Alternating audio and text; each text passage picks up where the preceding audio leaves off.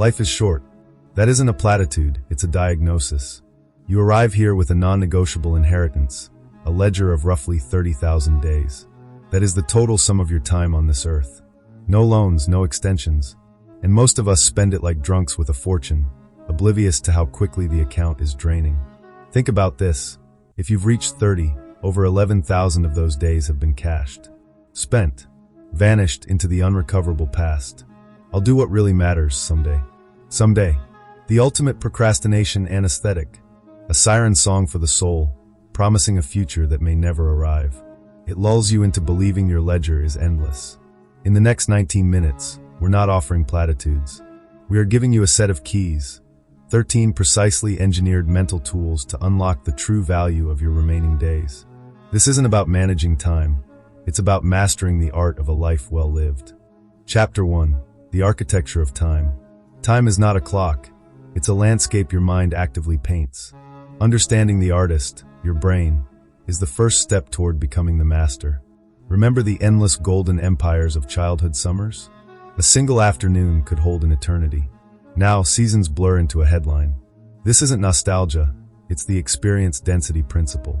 Your brain etches time by marking the new. As a child, the world was a fire hose of firsts. Your brain was a frantic cartographer, mapping every new stream, hill, and valley. Time felt vast, but adulthood builds routines. The same coffee, the same commute, the same evening glow from the same screen. Your brain, the efficient archivist, sees the pattern and hits fast forward. It doesn't record the repeat. It just files it away as Tuesday. Just another day. Keep my head down, stick to the plan.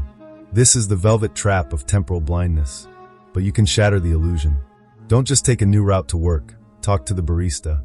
Learn a dead language. Cook a meal with ingredients you can't pronounce.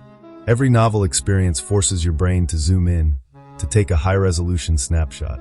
Time doesn't just feel slower, it becomes richer. And here's the most common cognitive error. We catastrophically overestimate what one day can hold, yet chronically underestimate the empire we can build in a decade. It's why our greatest ambitions die of neglect, not failure. Chapter 2. The Gravity of Priority. Most people treat their lives like a cluttered inbox, mistaking the frantic energy of clearing messages for meaningful progress. They're busy, but they're busy being bankrupt. Here's a focusing lens sharpened to a lethal point. The Eulogy test. Imagine your 90-year-old self. What story do you want told? Will the tale be of your perfectly managed spreadsheets, or the messy, glorious, deep connections you forged?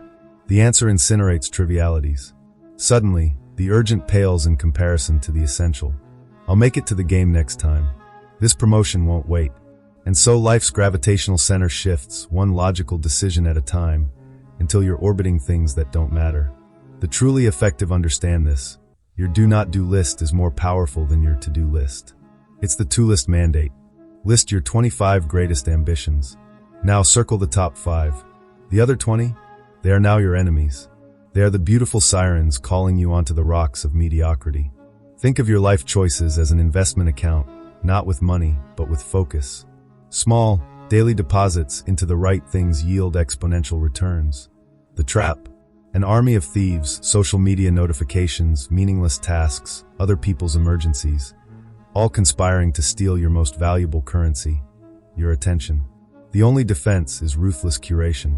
Your time is a sacred space. Not everything deserves entry. Chapter 3. The Physics of Connection. Every relationship is a shared emotional bank account. An unexpected compliment? A deposit. Remembering a small, forgotten detail? A deposit. Chronic lateness or distracted listening? A massive withdrawal. And just like a bank, you cannot draw on an empty account. Why is everyone so sensitive? I'm here for the big stuff. That's what counts. There's the core misunderstanding. We fetishize grand gestures, the destination wedding, the extravagant gift, while ignoring the power of ambient intimacy. It's the small daily infusions that create a truly rich account. The thinking of you text, the shared silence on a bad day. Here's a counterintuitive law. Shared struggle forges deeper bonds than shared pleasure. Navigating a crisis together builds a type of trust that endless parties cannot. It's the difference between a rope woven from silk and one forged from steel. And don't neglect your weak ties, the acquaintances, the friend of a friend. We cling to our strong ties for comfort, but it is the weak ties that act as bridges to undiscovered continents of opportunity, ideas, and perspectives. They are the cure for echo chambers. Want to feel like you have more time? Give some away. Volunteer. Mentor. Help someone without expecting a return. It's a fundamental paradox. In giving away minutes, you receive a sense of timelessness. Chapter 4. The Adjacent Possible. Your greatest career breakthroughs are hiding in plain sight, just one step beyond the familiar. This is the adjacent possible, the shadowy space bordering what you currently know. It's a room in your house you never knew existed. Better to stick with what I know. Too risky. And that's how careers fossilize. The biggest mistake is optimizing for salary too early. Your 20s should be a ravenous acquisition of skills. Each new competency, coding, public speaking, negotiation, design, isn't just a line on a resume. It's another key for a door you haven't found yet. Money is a byproduct of being undeniable. It follows mastery. Forget the career ladder. That's an artifact from a bygone era. Modern careers are jungle gyms. You move sideways, down diagonally. Each unorthodox move builds a rare, potent combination of skills that makes you irreplaceable. This job is comfortable? Be terrified. Comfort is career quicksand. It's warm, it's easy, and it will slowly swallow you whole. The secret? Use productive procrastination. When you find yourself avoiding a core task, don't just waste the time. Channel that resistant energy into a side project, a new skill, a passion. Often, your procrastination is your subconscious pointing toward your true purpose. Chapter 5. The Currency of Vitality. Health isn't about adding years to your life. It's about adding life to your years. It is the fundamental multiplier. Every single facet of your existence, your ambition, your relationships, your happiness, is filtered through the lens of your physical vitality. Ask yourself, would you rather have 8 hours of focused, electric energy or 12 hours of foggy, drained effort? Your energy, not your time, is the true bottleneck. I'll sleep when I'm dead. Hustle now. A disastrously flawed mantra. Sleep isn't a pause button, it's the sharpening of the axe. It's when your brain consolidates memory, solves background problems, and flushes out neurotoxins. Poor sleep makes your decision-making as impaired as being drunk. That deal you're trying to close? That brilliant idea you need? It lives or dies by the quality of your rest. Here's an overlooked reality. You are two different people. There is morning you, the ambitious architect of grand plans. And there is evening you, the exhausted laborer who has to execute them. Do not let morning you write checks that evening you cannot cash. The hack isn't 2-hour gym sessions. It's micro workouts. 10 push-ups between meetings. A 5-minute walk to clear your head. Your body was forged for movement, not for being a static paperweight for 8 hours. Remember this, physical motion creates mental motion. If you're stuck, get up. The solution is in your legs, not your chair. Chapter 6. The Alchemy of Growth. Want to learn anything faster and deeper? Teach it. The act of explaining a concept to someone else, the protégé effect, forces your brain to move beyond simple recognition and into true comprehension. To teach is to etch knowledge into your own soul. I'm not an expert yet. I can't teach this. That's precisely why you should. The recent struggle makes you a better teacher than the distant expert. You remember the pitfalls. You remember what it feels like to be confused. Here's a learning accelerator. Read biographies. Each one is a compressed lifetime of wisdom, failure, and insight handed to you for the price of a few hours. Want to avoid a decade of predictable mistakes? Learn from someone else's scars. The foolish try to master everything. The wise practice strategic incompetence. They deliberately remain amateurs at things that don't serve their primary goals. It frees up cognitive bandwidth and keeps the ego humble. Your greatest asset isn't freedom, it's constraint. Limited time, limited budget, limited tools. Don't resent them. Worship them. Constraints are the crucible of creativity. They force ingenuity. And know this, strategic quitting isn't failure. It's pruning the branches of your life to allow the most important ones to bear fruit. Quit fast, quit often, on anything that is not leading you toward growth. Chapter 7. The Emotional Thermostat. Your emotions are like chemical storms. The initial neurochemical surge of any feeling, anger, joy, anxiety, lasts just 90 seconds in the bloodstream. 90 seconds. After that, any lingering feeling is a choice. You're holding on to it. You're feeding it. I can't believe they said that. I have a right to be angry. And you do. For 90 seconds. You cannot control the first wave of emotion, but you are the absolute master of the second, third, and fourth. Think of emotional regulation as a meta skill. Raw intelligence gets you in the door. Emotional regulation is what lets you run the building. People don't follow the smartest person. They follow the most stable. Most people hide their flaws. The wise use strategic vulnerability. Revealing the right imperfection at the right time builds a bridge of trust faster than a facade of perfection ever could. It signals humanity. Here's a ticking time bomb in most lives: the avoidance of difficult conversations. These conversations are emotional compound interest in reverse. The longer you wait, the bigger the emotional debt, until a small, fixable issue metastasizes into a catastrophic failure. And gratitude? Gratitude isn't a passive feeling. Unexpressed gratitude is like a winning lottery ticket you never cash. It's worthless. Chapter 8, The Landscape of Wealth. Money isn't about buying things. It's about buying one thing: sovereignty over your own clock. It is stored time. Here's a paradox most people miss. Earning more money can often make you time poorer. The bigger income begets the bigger house, which requires more maintenance. The fancier car comes with more worry. The better neighborhood has a longer commute. Finally, I can afford the life I always wanted. But this is lifestyle inflation, a gilded cage. It's running faster on a treadmill that's also speeding up. You're moving, but you're not getting anywhere. Instead, think in terms of time affluence. Would you rather earn $100,000 working 60 soul-crushing hours a week, or $75,000 working 30 fulfilling ones? Your true wealth is not your salary, it's your freedom. The novice buys objects but rents experiences. The master rents objects but buys experiences.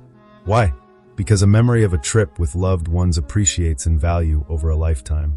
The designer handbag does not. The ultimate financial skill isn't investing. It's building margin. Living with a deliberate gap between what you earn and what you spend isn't about restriction. It's about creating a buffer. That buffer is freedom. That space is your ticket to take risks, seize opportunities, and endure storms. Chapter 9, The Engine of Creation. Creativity is not a lightning strike from the heavens. It's a faucet. When you first crank the handle, the water runs brown and rusty. These are your terrible, clumsy, embarrassing first ideas. You must have them. You have to flush the pipes. I can't start until I have a perfect idea. That's like waiting for the water to run clear before you turn on the tap. You have to push through the rust. The genius ideas are waiting right behind the garbage ones. Here's a secret artists know. Creativity thrives on cages. Give an artist an empty room and they're paralyzed. Give them a 14-line structure for a sonnet and they'll create a masterpiece. Limits are a launch pad. The most common creative error is trying to create and edit simultaneously. It's like pressing the gas and the brake at the same time. The engine screams, but the car goes nowhere. Grant yourself a first draft phase where judgment is illegal. Just produce. Document everything. Your brain is a muscle. It needs to see evidence of its own strength. Those cringeworthy early sketches? They are not failures. They are your growth rings. The real secret? Combinatorial creativity. Your superpower isn't one skill. It's the unique intersection of your second, third, and fourth best skills. The person who is good at programming, comedy, and economics is a unicorn. Find your intersection. Chapter 10, The Dynamics of Energy. Time management is useless without energy management. An empty vessel has no cargo, no matter how much time it has at sea. Most people navigate their days blind to their own energy currents. They don't audit what recharges them and what drains them. That 20-minute walk in the sun, an energy deposit. That friend who only complains, an energy vampire. Just need more willpower. Push through. But willpower isn't a moral virtue, it's a finite battery. The wise don't rely on it. They design their environment to make the right choice the easy choice. Fruits on the counter, not in the drawer. Workout clothes laid out the night before. This isn't weakness, it's brilliant engineering. Beware decision fatigue. Every choice, no matter how small, what to wear, what to eat, which email to answer, depletes your energy. This is why a surprising number of highly effective people wear a uniform or eat the same lunch. They are conserving their decision-making power for what truly moves the needle. Here's an advanced technique: strategic incompetence. Being deliberately, unapologetically average at non-essential tasks protects your energy. If you're a genius at coding but mediocre at organizing the company picnic, lean into it. People will stop asking. Your highest and best use energy remains protected. And remember this, recovery isn't lost time. It is the very act of multiplying the value of the time that follows. Chapter 11, the ecology of community. Success is not a solo climb. It's an ecosystem. But social capital isn't about a fat Rolodex or a high LinkedIn connection count. It's about genuine trust and reciprocity. There's a formula for deep friendship: proximity plus vulnerability plus shared experience. You can't hack it. You can't shortcut it. Real connection is baked slowly over time. I need to network more. I should find some important people to connect with. That's missing the point. The most powerful networkers aren't collectors, they're connectors. Their default mode isn't "what can you do for me?" but "who do I know that you should know?" They add value before they ever think of asking for it. Most of us disastrously underinvest in friendship maintenance. We wait for weddings and funerals to reconnect. But the strongest bonds are not built in the epic moments. They are caulked in the tiny ones. The quick text, the shared article, the 15-minute coffee. Think of your community as a garden. You don't just throw seeds on the ground once and expect a harvest. It requires constant, gentle nurturing. Every sincere conversation is water. Every selfless introduction is fertilizer. The truly wise build their garden before they are hungry. Because when you desperately need a community, it's far too late to start building one. Chapter 12, the mind's blueprint. Mental models are the software your mind uses to navigate the world. But you must never forget the cardinal rule. The map is not the territory. Your model of reality is, by necessity, a simplification. And its blind spots are your biggest liabilities. Most people react to the first-order effect of a decision. It's playing checkers. Life plays chess. The indispensable advantage is second-order thinking, not just asking, and then what happens? But, and then what happens after that? This is the most direct solution. Obvious. Obvious to whom? Based on what map? The territory might contain hidden obstacles your simplified model completely missed. This is why diverse perspectives aren't a nice-to-have. They are a survival-critical necessity. Here's a profound distinction. Knowledge isn't power. Understanding is. Knowledge is knowing a tomato is a fruit. Understanding is knowing not to put it in a fruit salad. Most people are collectors of facts. The wise are collectors of patterns. Master inverse thinking. Instead of asking, "How do I achieve success?" ask, "What are all the things that guarantee failure?" Then just avoid those. Often, the solution isn't adding a new action, but removing a stupid one. Chapter 13, the craft of a life. Your life is not a script you are handed. It is an act of design. A portfolio you actively curate, not of stocks, but of experiences, relationships, skills, and meaning. Most people are addicted to premature planning. They try to map the entire journey before taking the first step. The designer's method is different. They prototype. They run small, low-cost experiments to see what feels right, what works in reality, not just on paper. I need to have it all figured out before I make a move. That's analysis paralysis. You cannot think your way into a new way of living. You must act your way into a new way of thinking. Here's a secret of profound change. Tiny pilots create massive shifts. Want a transformed life? Change one thing for just 5 minutes a day. That's it. That small, undeniable win creates the momentum for an avalanche of change. Rethink your metrics. Society will hand you a scorecard measuring money, status, and titles. But what if you designed your own? What if your personal dashboard measured hours spent in flow, or number of people helped, or new skills learned? Regular life audits are not optional. They are your preventative maintenance. A weekly check-in prevents a yearly crisis. A monthly review prevents a decade of regret. Life isn't about finding more hours in the day. It's about finding more life in the hours. Every principle, from the architecture of your time to the craft of your life, is part of an interconnected whole. They reinforce each other.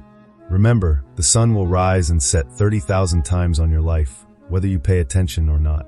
Your habits sculpt your days. Your days forge your years. And your years become the totality of your one, precious existence. Start small. Pick the one idea that sparked something in you. Test it. Tinker with it. Make it your own. The perfect time to start building a life that truly matters isn't someday. It's now. In this very breath. In this very heartbeat.